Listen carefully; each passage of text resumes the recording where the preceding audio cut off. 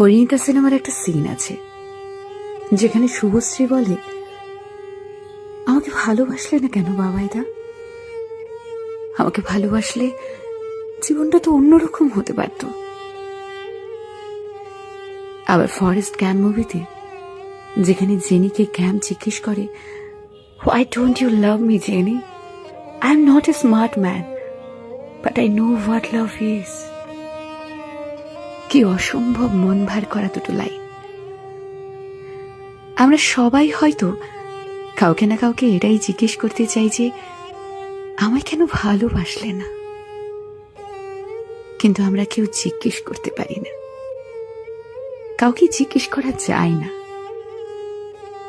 কারণ শুনতে রূঢ় হলেও এটাই সত্যি যে unfortunately people have the rights to ডিসলাইন your love, no matter how pure your